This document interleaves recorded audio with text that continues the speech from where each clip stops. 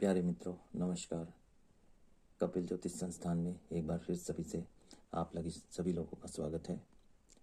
मित्रों, आज मैं आपको एक ऐसा योग बताने जा रहा हूँ जो किसी भी जातक की कुंडली में हो, अर्थात किसी भी व्यक्ति की कुंडली में हो, तो यह एक योग अच्छा नहीं होता है। इसे बहुत बुरा योग माना जाता है।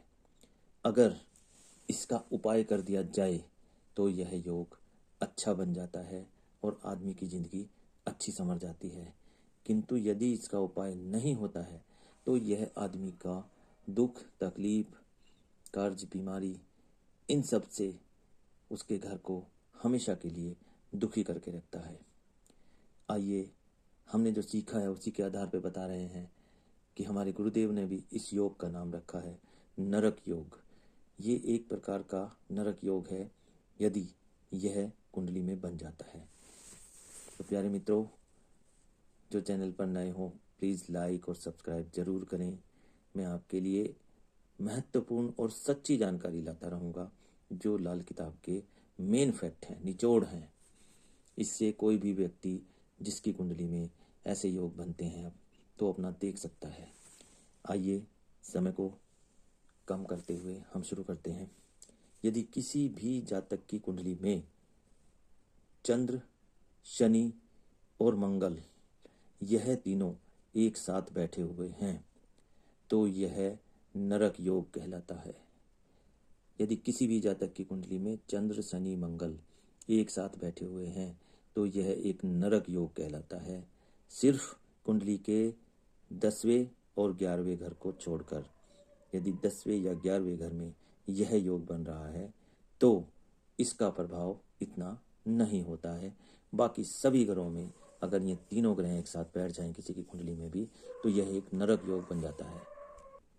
इससे व्यक्ति के जीवन में दुख, तकलीफ, बीमारी, कर्जा और नौकरी से हट जाना, नौकरी ना मिलना, अपनी इच्छा अनुसार काम ना मिलना और जीवन में घर में लड़ाई झगड़ा रहना, पति पत्नी की ना बनना, यहाँ तक कि पति पत्नी की आपस में बिल्कुल ना बनना और कभी कभी तो अलग होने के चांस भी रहते हैं।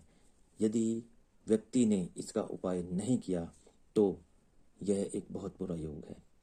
आइए, मैं अब आपको इसके उपाय बता देता हूँ जिसके द्वारा इस योग से बचा जा सकता है और काफ़ी हद तक इस योग को कम किया जा सकता है। नंबर 1, आपने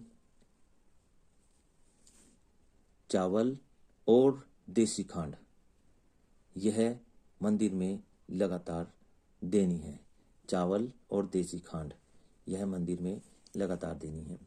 दूसरे, काले सफ़ेद मिश्रित तिल 50-50 ग्राम ही ले लें, बहुत है।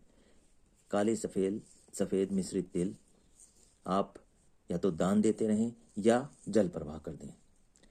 तीसरा, सबसे बड़ा और सबसे अच्छा उपाय है कि हर शनिवार को आपने तवा, चिमटा या अंगीठी, इन तीनों में से किसी एक चीज़ का दान जरूर देना है। तवा, चिमटा या अंगीठी, इन तीनों में से एक चीज़ का दान जरूर देना है। कोशिश कीजिए कि शुरू में एक बार 1 महीने तक तो लगातार करें, फिर चाहे आप शनिवार टू शनिवार कर सकते हैं।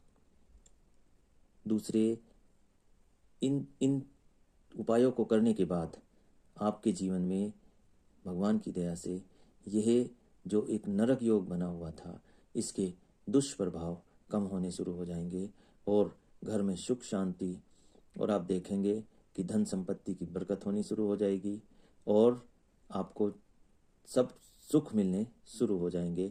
यदि आपका कोई मुकदमा, कोर्ट कचहरी या किसी भी प्रकार से कोई दुख तकलीफ हो रही है या जमीन जायदाद के बंटवारे में दिक्कत आ रही है तो वह सब समस्याएं दूर होनी शुरू हो जाएंगी।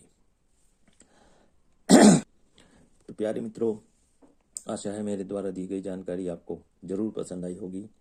मैं आपके लिए ऐसी ही सत्य की निचोड़ जानकारी लाता रहूँगा। आप वीडियो को लाइक और सब्सक्राइब जरूर करें, मेरा मोटिवेशन जरूर बढ़ाएं। तब तक के लिए धन्यवाद। राधे राधे, नमस्कार।